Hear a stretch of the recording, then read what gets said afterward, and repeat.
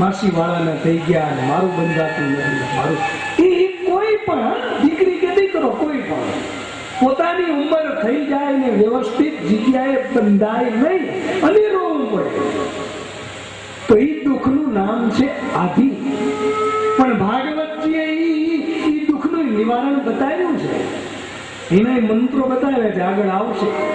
દીકરીનું ન થતું હોય તો કયો મંત્ર જપવો, દીકરાનું ન થતું હોય તો કયો મંત્ર જપવો, આગળ સાંભળશો તો આવશે. કોઈ પણ વસ્તુ આપણી આગળ ન હોય અને રોવું પડે એનું નામ છે આધિ. લગ્ન થઈ જાય, દાયકો એક નીકળી જાય, છતાં દીકરો દીકરી કઈ થાય નહીં અને રોવું પડે, દુઃખનું નામ આધિ કહેવાય. પ્રસંગ કરે હોય, રૂપિયા ન હોય, દુઃખનું નામ છે આધિ. મતલબ કે કાંઈ પણ વસ્તુના અભાવમાં દુઃખ ઊભું થાય એનું નામ આધિ. અને શરીરમાં થતી પીડા એ દુઃખનું નામ છે વ્યાધિ. દવાઓ કરીએ છતાં મટે નહીં.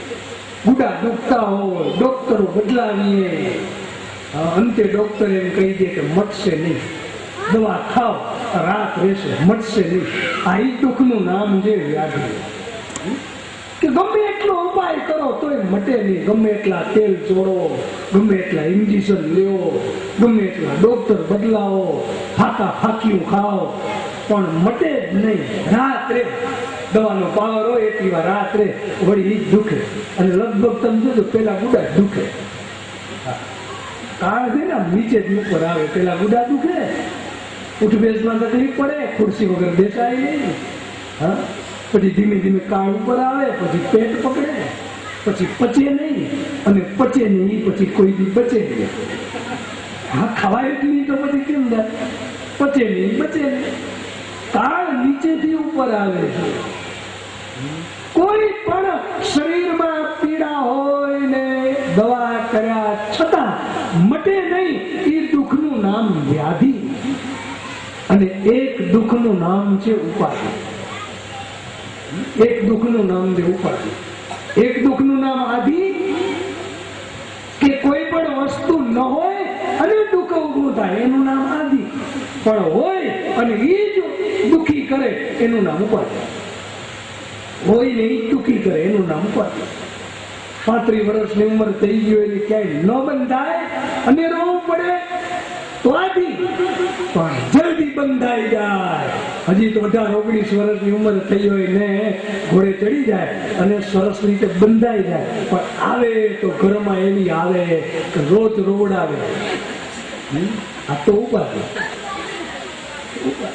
દીકરા ન હોય ને રોવું પડે તો આધિ, પણ દીકરાઓ આવે અને ઈ જ રોવડાવે. કમાણી દીકરાઓને હોય, બાપા કે દાદાઓને 25 રૂપિયા 10 રૂપિયા માટે આમ રોવડાવે, એનું નામ ઉપાધિ. એનું નામ. અમે મોરારી બાપુ ભેગા થાઈલેન્ડ ગયા હતા ને થોડાક વર્ષો પહેલા, તો મોરારી બાપુએ જજમાન દ્વારા એક કથાકારને 25,000 રૂપિયાની દક્ષિણા દેવડાવી. એક કથાકાર, 300 કથાકારો ગયા હતા. એમાં એક વૃદ્ધ કથાકાર, લગભગ 70 વર્ષની ઉંમર, અમારા રૂમમાં આંખમાંથી ધડક ધડક આંસુડા પડતા હતા. કે હવે આ 25,000 રૂપિયા તો મરી જાય ત્યાં સુધી ખૂટશે નહીં. મારો 2 દીકરા છે, એક મુંબઈમાં ડોક્ટર છે, એક કે કોન્ટ્રાક્ટર છે, પણ મને 15 રૂપિયાની, મારો 10-15 રૂપિયાની ખર્ચો, પણ મને 10-15 રૂપિયા ન દે. રોજ મને રોવું પડે, મને એની પાછળ ફરવું પડે, કારણ કે મને કે સિગારેટનું વ્યસન છે અને હું મૂકી નથી શકતો. મને 10-15 રૂપિયા ખાલી સિગારેટના ખપે, એ મને રોવડાવે કે હવે આ 25,000 રૂપિયા તો મરી જાય ત્યાં સુધી ખૂટશે નહીં. આ ઉપાધિ કહેવાય. દીકરાઓ હોય, કમાણી હોય, અને છતાં દીકરાઓ મા બાપને 1-2-5 રૂપિયા માટે આમાં પાછળ ફરવું પડે દીકરાને, બાપને. આ ઉપાધિ છે. કથાઓ સાંભળી અને યુવાનોએ એક સંકલ્પ લેવો, જેને ઈશ્વરે કમાણી દીધી હોય ને, 4 માળા ન થાય ને તો વાંધો નહીં, એકટાણા ઉપવાસ ન થાય તો વાંધો નહીં, જપ દાન બીજું કઈ ન થાય ને તો વાંધો નહીં. એ વડીલોને કેવું તમે કરો. વડીલોનું ભજન હશે ને તો દીકરાઓને કમાણીમાં બરકત રહેશે. વડીલોએ ભજન કરવું, અને દીકરાઓની ફરજ છે કે બાપાને રોજ પૂછવું, બાપા શું જોઈએ છે, બાપા શું જમવું છે, બાપા ક્યાં જવું છે. બસ એને ખાલી પ્રેમ જોઈએ છે. તમારા રૂપિયા ભૂખ્યા નથી. અવસ્થા થાય છે ને તો માવતરને દીકરાઓનો પ્રેમ જોઈએ છે, એ આપજો. એને 5-25 માટે કોઈ દી આંસુ ના આવે એવું જીવન જીવશો ને તો આ ભાગવત સાંભળ્યું ધન્ય બની જશે. દીકરીઓને મારી પ્રાર્થના, ક્યાંક બહુ થઈને ગયા હોય ને તો સાસુ સસરાનું જતન કરજો. એને રોવું પડે એવું વર્તન વ્યવહાર ન કરજો, એને પ્રેમ આપજો. એક વસ્તુ કહી દઉં આપને, જો સત્ય લાગે તો ઘરમાં 2 વ્યક્તિનું કોઈ દિવસ ઓછું ના આવે ને એવું જેવું. 2 વ્યક્તિ, એક ઘરની દીકરી, એને કોઈ દી રોવડાવી, કાંઈ પણ એનું કદાચ ગુનો થઈ જાય તો મોટું મન રાખી માફ કરી દે. એક દીકરી ઘરની અને એક ઘરનો વડીલ જે 70-75 ની ઉપર નીકળી ગયો હોય ને, એવા વડીલની આંખ કોઈ દી ન ભીજાય એવું વર્તન કરવું. ભલે ગમે એવો એનો સ્વભાવ હોય, ગમે એવી આદતો હોય. શું કામ? એ 2 જણા ઘરના મહેમાન છે, કઈ એનું તેડું આવશે અને ઘર મૂકીને નીકળી જશે. દીકરી એના ઘરે આવી જશે અને મને મોટા ઘરનું કઈ તેડું આવશે એની શું ખબર છે? એ જીવ્યા એટલું નહીં જીવે. વડીલોની સંભાળ રાખ. થોડું ઘણું સહન કરવું પડે તો કરી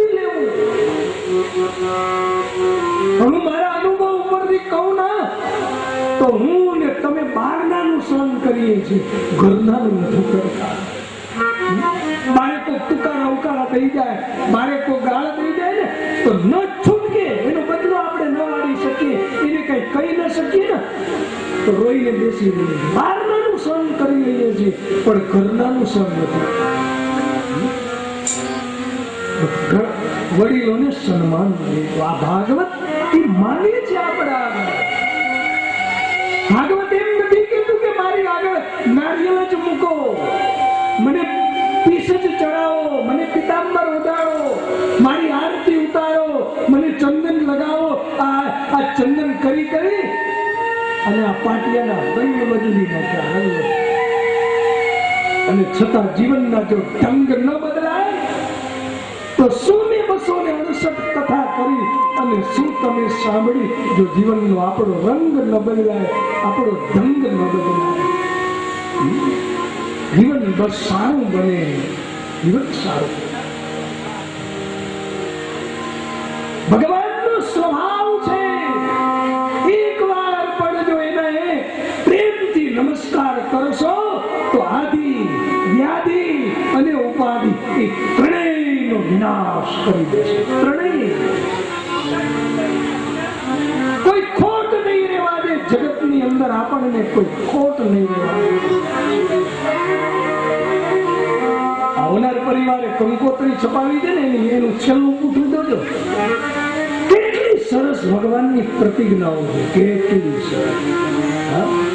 ભગવાન કહે છે તું મેરે કદમ बढ़ा सही, फिर मैं तेरी और 10 कदम न बढ़ाऊं तो तू मुझे कहना. तू मेरे लिए 1 रुपया खर्च करके तो दे, फिर कुबेर के भंडार न खोल दूं तो तू मुझे कहना. तू एक बार तो मेरा बनकर देख, फिर सारे जहां को तेरा न बना दूं तो तू मुझे कहना. આ ઈશ્વરની પ્રતિજ્ઞાઓ છે. એને એક વાર નમસ્કાર તો કરી જોઈએ. અને ભાગવતનું શ્લોક તો તમે જુઓ, લખ્યું છે એના સ્વભાવમાં કે તાપત્રય વિનાશાય. નાશાય નથી લખ્યું, એક વી જોડ્યો છે, વિનાશાય. નાશમાં અને વિનાશમાં ઘણો ફેર છે, જમીન આસમાનનો તફાવત છે. કોઈ પણ ઝાડનું હોય એને આપણે ઉપરથી કાપી નાખીએ ને તો આપણે એનો નાશ કર્યો કહેવાય. પણ એના મૂળ સહિત ખેડીને ફેંકી દઈએ ને તો એનો વિનાશ કર્યો કહેવાય. નાશ કર્યો છે ને ખાલી ઉપરથી ઝાડવાને કાપ્યો છે ને તો ભવિષ્યમાં પાછું હતું એવું થઈ જશે. પણ મૂળિયા સહિત જો એને કાઢી નાખ્યો છે ને તો નહીં ઉગે. એમ ભગવાન કે છે તમારા દુઃખો એનો હું વિનાશ કરી દઈશ. ભવિષ્યમાં એવા દુઃખો ઉગશે નહીં, ઉગશે. એને કેવલ ભજો, કેવલ ભજો. આદિ વ્યાધિ ઉપાધિ બધેનો નાશ કરી દઈશ. અને મને કહેવા દો કે આ જગતમાં આદિથી પીડાયેલા ઓછા છે, વ્યાધિના દુઃખ વાળા ઓછા છે, પણ ઉપાધિ વાળા ઘણા. ઉપાધિ વાળા ઘણા કે જેને જે છે ને એ જ પરેશાન કરે છે. કોઈને બહુ પરેશાન કરે છે, વહુને સાસુ પરેશાન કરે છે, દીકરાને બાપ ગમતો નથી, બાપને દીકરા પ્રત્યે બોલા છે, બેનને ભાઈ પ્રત્યે બોલા. જે છે ને એ જ લડે છે. આપણા અને આપણા દુશ્મનો બને છે. આપણા અને હકીકતમાં આપણા દુશ્મન બને છે. આ મોઢે મીઠા બોલે, પાછળથી કોણ જાણે કેવું કરતા હોય. કેવું એકવાર લશ્કરમાં સૈનિકની નોકરી, મશીન ગન હલાવે એવો એક વ્યક્તિ, સિપાહી, એની ઉંમર થઈ ગઈ, રિટાયર થઈ. અને રિટાયર થઈને ઘરે આવ્યા. 12 મહિના નીકળી ગયા, ઘરે નિવૃત્ત, પેન્શન આવતું હતું, ખાઈને લેર કરે. 12 મહિના 2 વર્ષ નીકળી ગયા ને ત્યારે એક પત્રકારે એને પૂછ્યું કે તમે આ 30 વર્ષ સરહદ ઉપર લડાઈ કરી, સૈનિકની નોકરી કરી, અને હવે આ 2 વર્ષ ત્યાં તમે ઘરે છો, નિવૃત્ત થઈ ગયા, સરકારનું પેન્શન આવે, તમારી નોકરીના 30 વર્ષ અને ઘરમાં 2 વર્ષ ત્યાં, એ જીવનમાં તમારો અનુભવ શું છે? જે અનુભવ હોય એ આપણા ભાગવતને લગતી વાત છે. એને એમ કીધું કે જ્યારે 30 વર્ષ સરહદ ઉપર લડતો હતો ને, ત્યારે એક વસ્તુ નક્કી હતી કે દુશ્મન સામે છે. ચોક્કસ નક્કી હતું કે દુશ્મન સામે છે. પણ આ 2 વર્ષ ત્યાં ઘરમાં રહું છું ને, તો હવે અનુભવ એ થયો કે દુશ્મન ક્યાંથી ફૂટી નીકળશે કઈ નક્કી નહીં. ક્યાંથી દુશ્મન કેમ ફૂટી નીકળશે કાંઈ નક્કી. પોતાના મોઢે એવું મીઠું મીઠું મીઠું મીઠું બોલે કે સામેનાને આમાં ડાયાબિટીસ થઈ જાય, એવું મીઠું બોલે, પણ હૃદય તું હલમ અંદર ઝેર ભર્યા છે. તમે જોજો ઘણા ને આમાં 2 મિનિટ પહેલા એવી સારી વાતો કરતો હોય, હજી એને આમાં પીઠ બતાવે અને તરત જ એની નિંદા કરવાની, કે ઈ તો કેવું પડે, બાકી આને તો હું જડ મૂર્તિ ઓળખું દઉં, આવો છે. આ પ્રવૃત્તિ માંથી નીકળો, ભજન કરો.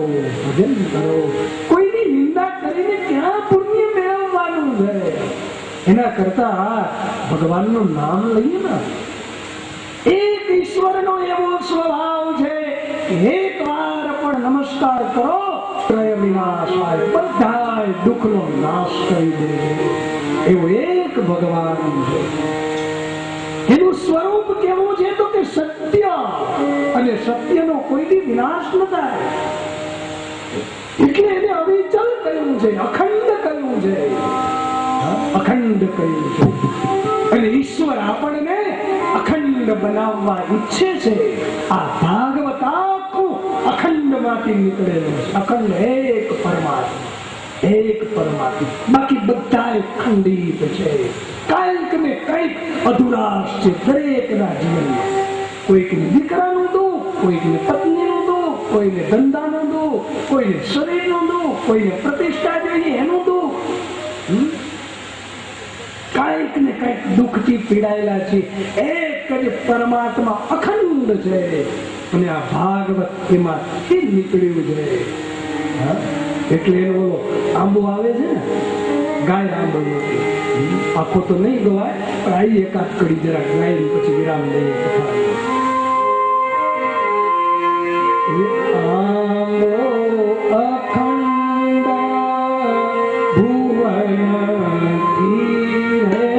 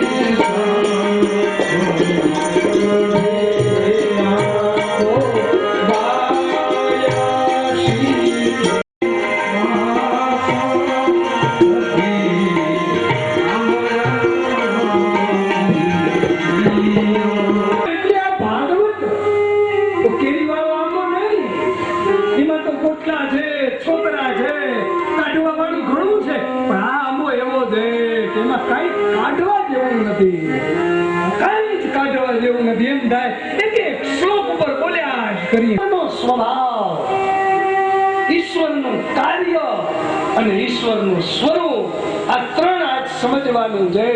ઈશ્વરનું સ્વરૂપ આનંદ, પણ હવે તો નમતા જ કોઈને આવડતું એટલે જ આ પહેલામાં પહેલી વાત કરી છે કે નમતા શીખો.